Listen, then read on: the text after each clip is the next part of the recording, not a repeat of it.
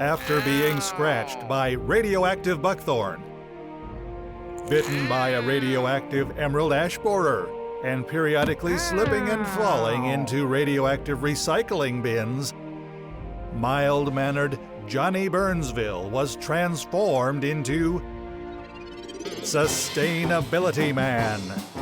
Now faster than compost, taller than a rain barrel, and more powerful than an LED light bulb, Sustainability Man uses his sustain ability to seek out sustainable resources, energy efficiency, and green programs.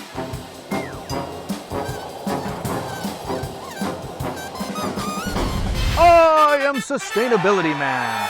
While scouring Burnsville in search of green projects and sustainable resources, Sustainability Man has noticed messages popping up on Burnsville city streets. That message: dump no waste, drains to lake. Here to help explain what that message means is Burnsville Natural Resources Technician Caleb Ashling. Caleb, thank you so much for being here today. Well, thanks for having me. Contrary to popular belief, these messages are not ancient hieroglyphics.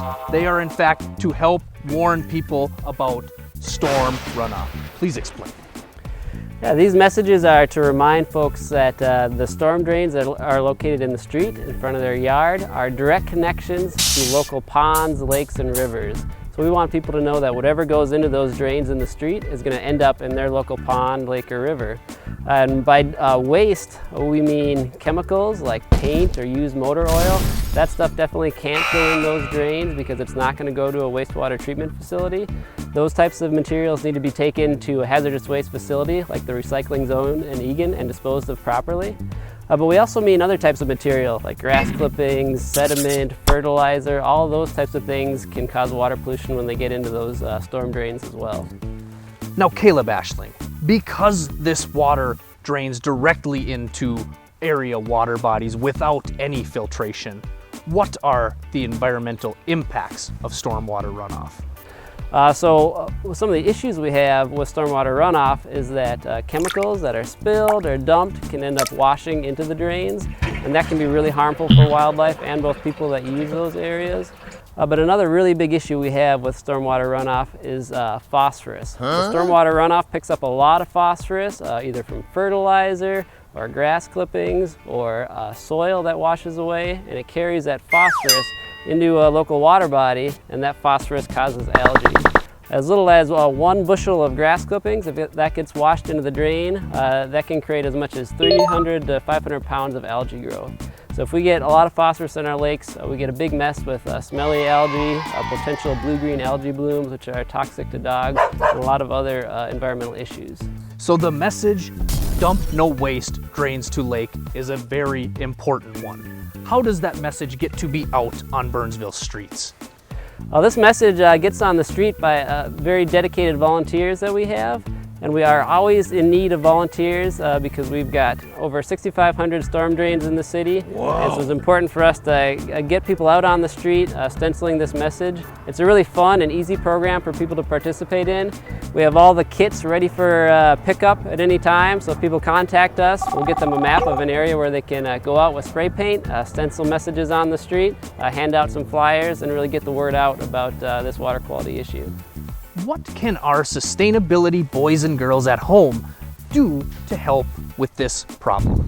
One is trying to keep those grass clippings off their street and driveway. So when you're mowing, try to direct grass clippings back onto your own property. And if they do get onto the street or driveway, just sweep them off when you're finished.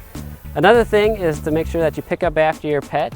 Pet waste has phosphorus in it and also fecal coliform and E. coli, and that's gross stuff that we don't want getting into our water body. Caleb Ashling, Natural Resources Technician for the City of Burnsville, thank you so much for joining me today. Thank you. Now, my sustainability sense is telling me that we actually have a group of people out stenciling storm drains right now. I'm off.